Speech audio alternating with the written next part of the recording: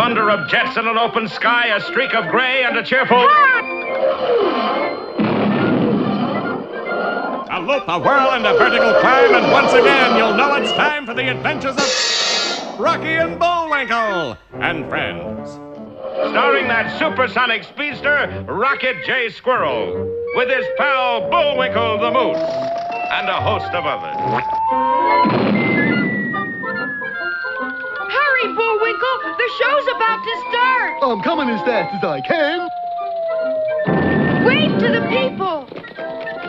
Yay! Now what are you doing? Signing autographs. Let's see. John Smith. But your name is Bullwinkle! I know, but that's hard to spell.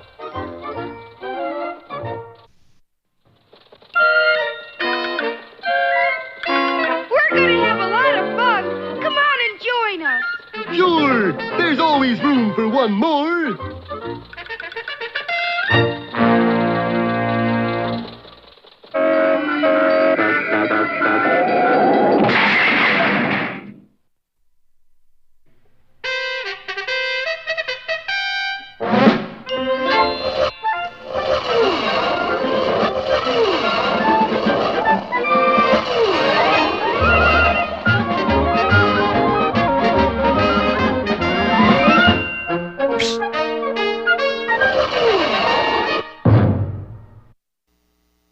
Captain Harvey Blood and Viscera Lincolnfurter certainly knew what he was talking about when he cried, "War is heck!" For moments later, he was blown to smithereens while making a run for it during the Battle of San Juan Capistrano.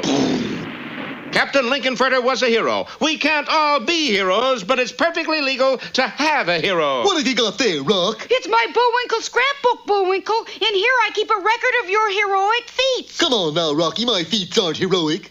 Big maybe, but not heroic. Just the same, you're my hero, Bullwinkle. Don't you have a hero? Well, I'm only human, of course I do. Who is it? Same one as you. Me. That may seem silly, but as Bullwinkle just said, it's only human to have a hero. That's right. Here I am only part human, and even I got hero. Boris, why are you all the time playing with your finger scar-nosed doll? I just told you, he's my hero. I don't got no namby-pamby hero like Squirrel. I got real crummy, rotten, evil, unclean stinker, public enemy #1 for hero. Oh, it's nice to have somebody you can look up to, darling. Scarnose has been my hero since the time he turned his own mother in for the reward. Yes, it figures that Boris Badenov would choose Finger Scarnose as his hero. For even as a baby, Scarnose had strong bad guy tendencies. Let's look at the record. Finger Scarnose was born just below the Lower East Side in a section called Heck's Kitchen. And when Scarnose was only 6 weeks old...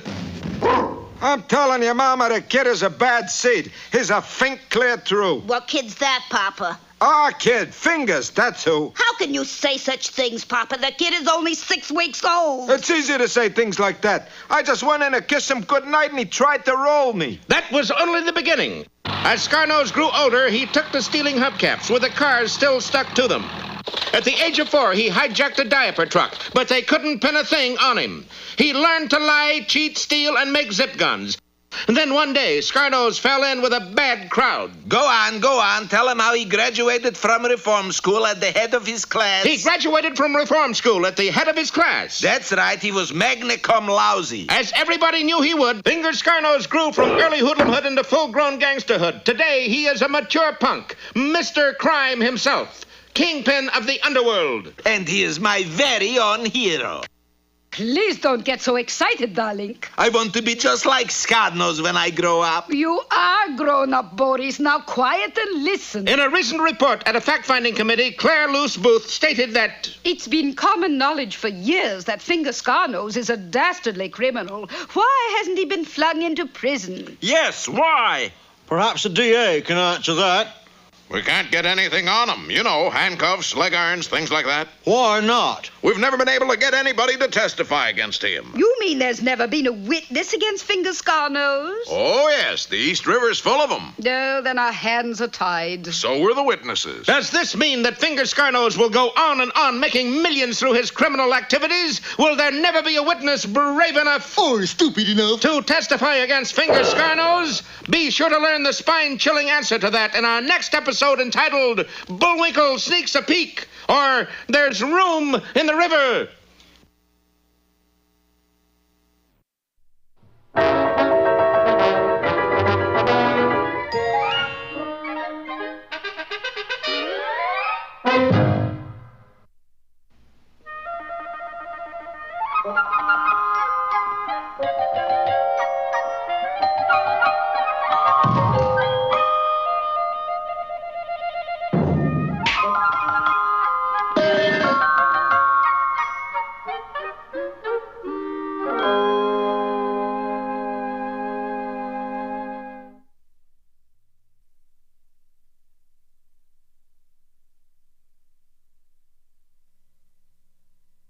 Once upon a time, there were 3 little pigs. That's capital P-I-double-G-S. Yes, of course. These 3 little pigs, Portland, Penelope, and Alice, were sisters who lived together in a cunning little house, or they did for a while anyway. Is this the pig residence? Capital P-I-double-G, pig? That's it, lady. Yes, it is. Got a singing telegram for you. Put on the skillet, put on the lid. Your rich uncle just wound up dead. What? That ain't all, I tell you true. He left $1 million to you. Oh, great. And all the little piggies got moolah, moolah. All the little piggies got moolah now. Collect.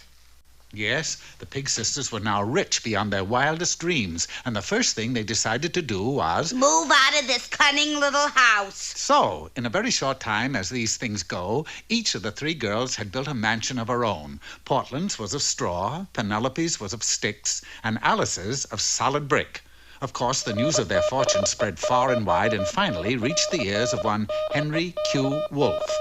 Now, there was just one thing that Henry Q. Wolfe wanted in life. I want to live in a big mansion, and this looks just like my chance. That was it.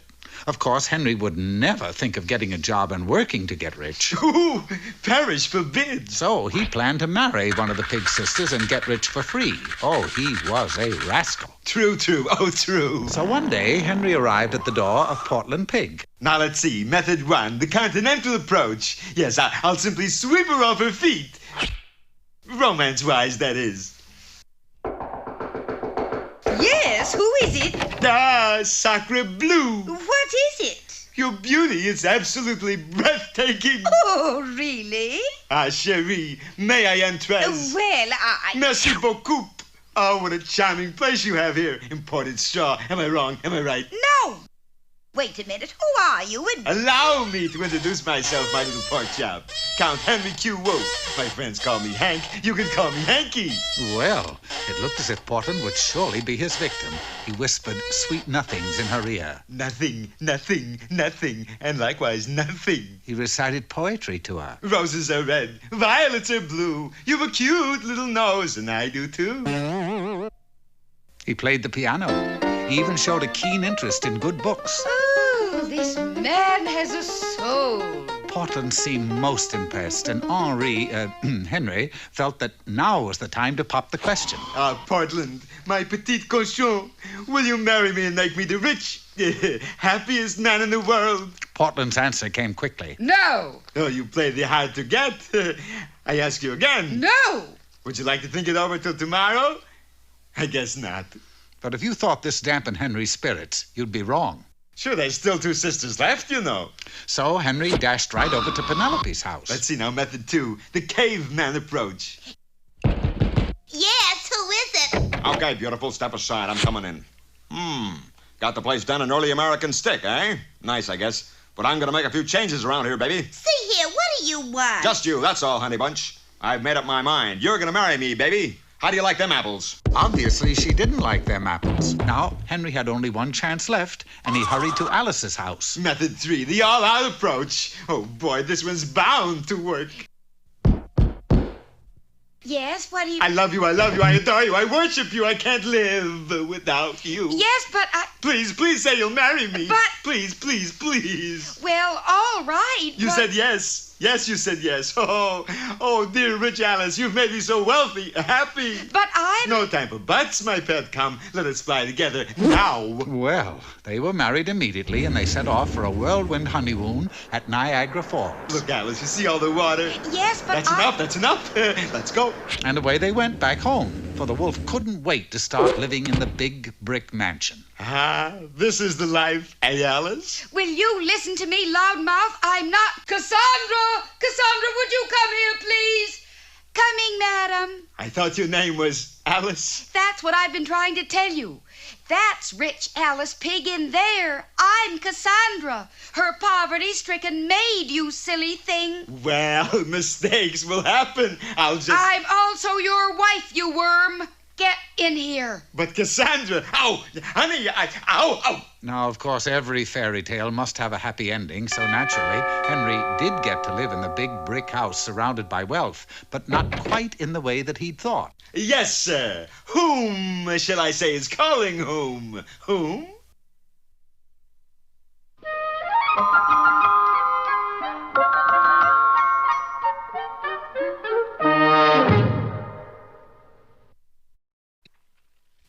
And here he is for the knowledge-needy Mr. Know-it-all. Hello, greedy needy. Today we are here to show you how to be a human fly. First we need A tall building, and B, a courageous moose. That's me. And thirdly, or seedly, human fly suction cups. Available at all local suction cup stores everywhere. Then all you have to do is climb up the side, touch the flag at the top, and win a prize. Then too, there is the stick the things on the building and start from there method, which is fine as long as you have a smooth, dry surface to cling to. Now that the smooth, dry surface has smoothed and dried, there is nothing that can preclude your successfully reaching the top, and... which brings up the problem of building superintendents.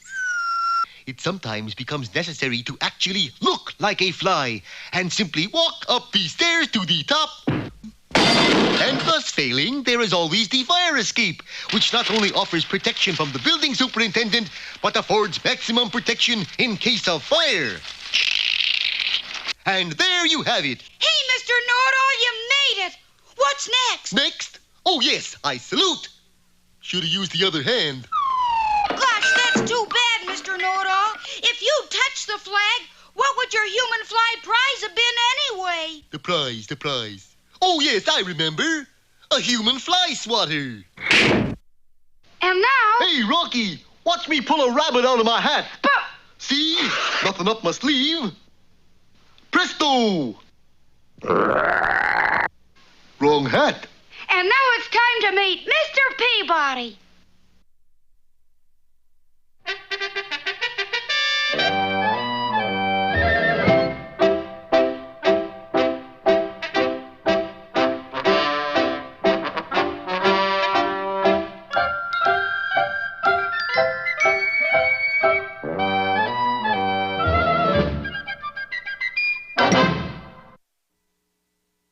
Hello, Peabody here. Sherman there. Say hello, Sherman. Hello, Sherman.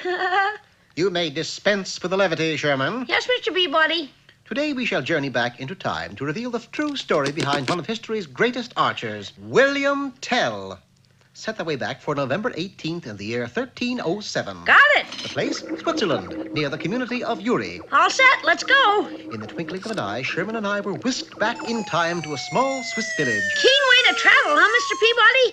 Now what? Well, today is the day the tyrannical Austrian governor, Gessler, has ordered William Tell to shoot an apple from the head of his son. Now we must find just where this event is to take place.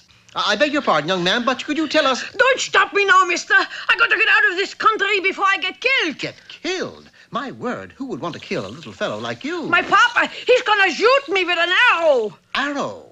Your father wouldn't happen to be William Tell, would he? Yeah, and he... You, Joey, where are you? Uh-oh, here he comes now. So, here you are, Joey, my son. I've been looking all over for you, kid. I happen to be Mr. Peabody. This is my boy, Sherman. Hi. And that is your little boy, Joey. And that is the reason I got to leave the country. Papa broke his glasses and can't see a thing. Golly, if he can't see without his glasses, he could never hit an apple on Joey's head, Mr. Peabody. Oh, don't worry. I got it all figured out. Just how I'm gonna do it. Come on, I'll show you. With that, William Tell directed us to a small orchard not far away, and... Now, you see this apple tree here? The tree is over there. Oh. Yes, we see it. Well, I put every kind of plant food known to man on that tree, and look what happened. Gosh, Mr. Peabody, the apples on that tree are as big as watermelons. That's right. With an apple as big as that on my Joey's head, I can't miss. The theory seems correct, but I'm not too sure. Now, give me a hand, Sherman, and we shall see. Sherman and I lifted one of the huge apples and placed it upon the boy's head. But just as I had feared, the weighty winesap squashed the poor boy flat to the ground.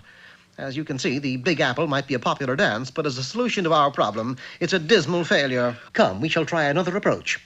Taking William Tell back 100 paces from the target, I decided to see if I could direct him into a true aim. Talk him in, so to speak. A little more to your right. That's it. Now higher, higher, a bit more. Steady. Fire! How did I did? It's best you don't know, William. Uh-oh, here comes the tyrannical Austrian governor, Gessler. So, here you are, William Tell. Are you ready to start with the shooting? No, you'll have to call the whole thing off, tyrannical Austrian governor Gessler. You see... Quiet, Sherman. Yes, Mr. Tell, we'll be ready in, say, 15 minutes. Good. We're gonna be waiting. Boy, I'm so glad I ain't gonna be in your shoes, kid. But Mr. Peabody... No, but, Sherman, history demands this event take place. But have no fear, for I, naturally, have a plan. What kind of a plan? No time to explain now, Sherman. I shall return directly. Moments later, I arrived on the scene bearing a very special apple that I had selected for the target, and I placed it upon Joey's head. Mr. Peabody, what's that? That, Sherman, is an apple. But it's so small. Perhaps, but the best I could do on such short notice. Ladies and gentlemen, you is now gonna see William Tell, who is way over there, try to shoot an apple off the head of this scared little kid who is over here. For the time being, anyway. Is you ready, Willie? Yeah, sure. Then let her rip.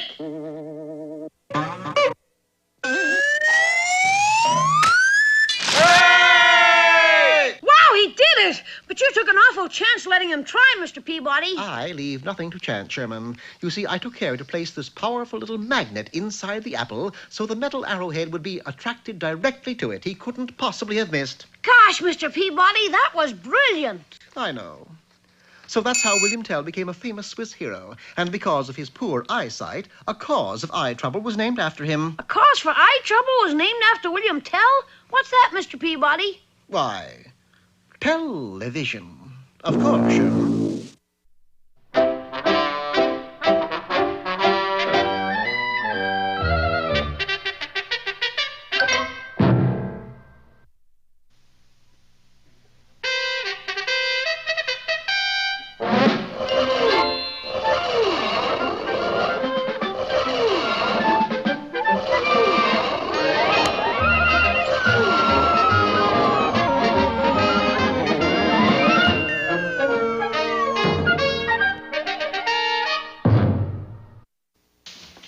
If you should put them side by side, you would quickly see that there is a vast difference between Rocket J. Squirrel and Boris Badenov. Of course, there is a big difference. Squirrel has blue eyes. But the biggest difference is that Rocky, being true of heart, looks up to Bullwinkle as his hero. That's right, because I am trustworthy, loyal, helpful, friendly, courteous, kind, obedient, cheerful, thrifty, brave, clean, and stupid. Bullwinkle is also full of integrity. I am not. I always tell the truth. Boris, on the other hand, looks up to the most successful and dastardly criminal in the country as his hero, Fingers Scarnose. Right, because Scarnose is untrustworthy, disloyal, not helpful, unfriendly, rude, unkind, bad boy, sourpuss, crooked, cowardly, dirty, and would sell his own mother for a nickel. Fingers Scarnose operates right out in the open. He and his criminal activities have been going on for years. And so far, the law has been unable to do anything about it. If I only had a witness to testify against Scarnose, he'd go up the river for 40, 50, maybe 60 days. Chief, we've got a witness. At last. Send him in immediately. Impossible. How come?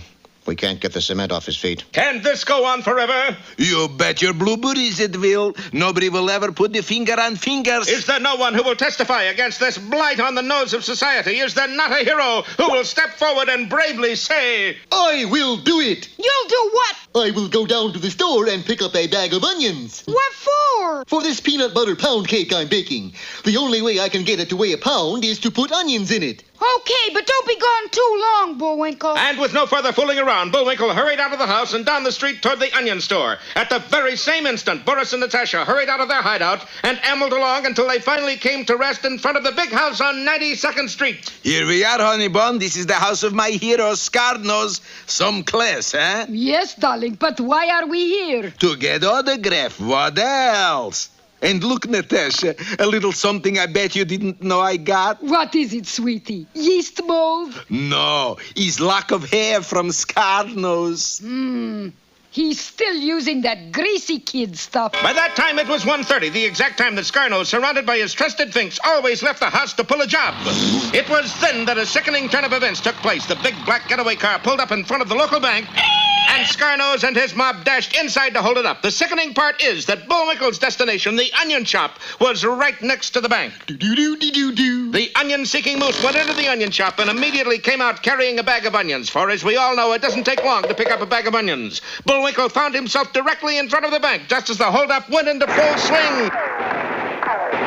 My, the mosquitoes are out early this year. I had better take a cab, or I'll be a mass of angry red welts by the time I get home. Mistaking the getaway car for a taxi, the confused moose got inside, followed closely by Scarnose and his getaway-minded mob.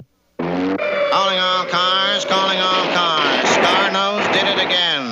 Never mind trying to get the money back. Just find a witness. Watch for a black getaway car with a moose inside. It is believed the moose is a witness. Hokey smoke, a moose? There's only one moose I know of around here, and that's Bullwinkle. Will Scarnose and his thugs notice that a moose is in the car with them? Will they realize that Bullwinkle is a witness? Don't let anything keep you from our next episode entitled The Half-Shot Moose, or Testify My Eye.